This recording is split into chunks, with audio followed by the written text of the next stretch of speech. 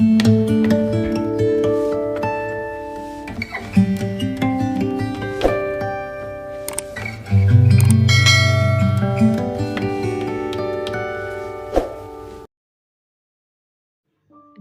صبر کر رہا ہوتا ہے تو دوسرا مکافات عمل کے لیے تیار کیا جا رہا ہوتا ہے۔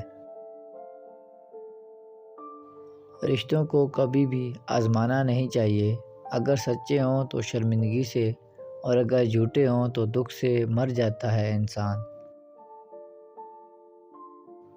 اچھا دوست چاہے کتنا برا بن جائے، لیکن اس سے دوستی مت توڑو، کیونکہ پانی جتنا بھی گندا ہو جائے آگ بجھانے کے کام آ ہی جاتا ہے۔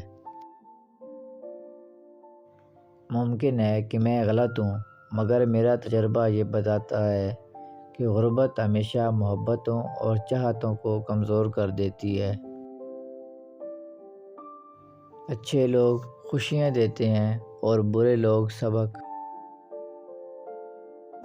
اگر آپ کا ضمیر اور نیت صاف ہے تو اس بات سے کوئی فرق نہیں پڑتا کہ کوئی آپ کو اچھا کہے یا برا۔ آپ اپنی نیت پر جانچے جائیں گے، دوسروں کی سوچ پر نہیں۔ جب دینے والا رزق کے دروازے کھولے تو دسترخوان لمبا کر دو، دیواریں نہیں۔ اونچی پرواز کرنا چاہتے ہو تو رزق کی فکر چھوڑ دو، کیونکہ فضاؤں میں وہی اڑتے ہیں جنہیں رازق پہ یقین ہوتا ہے۔ سب سے بڑا فتنہ مال ہے، جس کے پیچھے لوگ ہر رشتے کی اہمیت کو نظر انداز کر دیتے ہیں۔ مصیبت کا مقابلہ صبر سے کرو اور نعمتوں کی حفاظت شکر سے۔ اپنی عمر اور پیسے کا کبھی اعتبار مت کرنا، کیونکہ جو چیز گنتی میں آ جائے وہ لازمی ختم ہونے والی ہے۔ جب مطلب پورا ہو جائے تو لوگ ہم سے بات کرنا کیا، صورت دیکھنا بھی پسند نہیں کرتے۔ اچھی زندگی اچھی صورت سے نہیں، اچھی نیت سے ملتی ہے۔ وقت کو پیدا کرنے والے کو وقت دے کر دیکھو، وہ تمہارا وقت بدل دے گا۔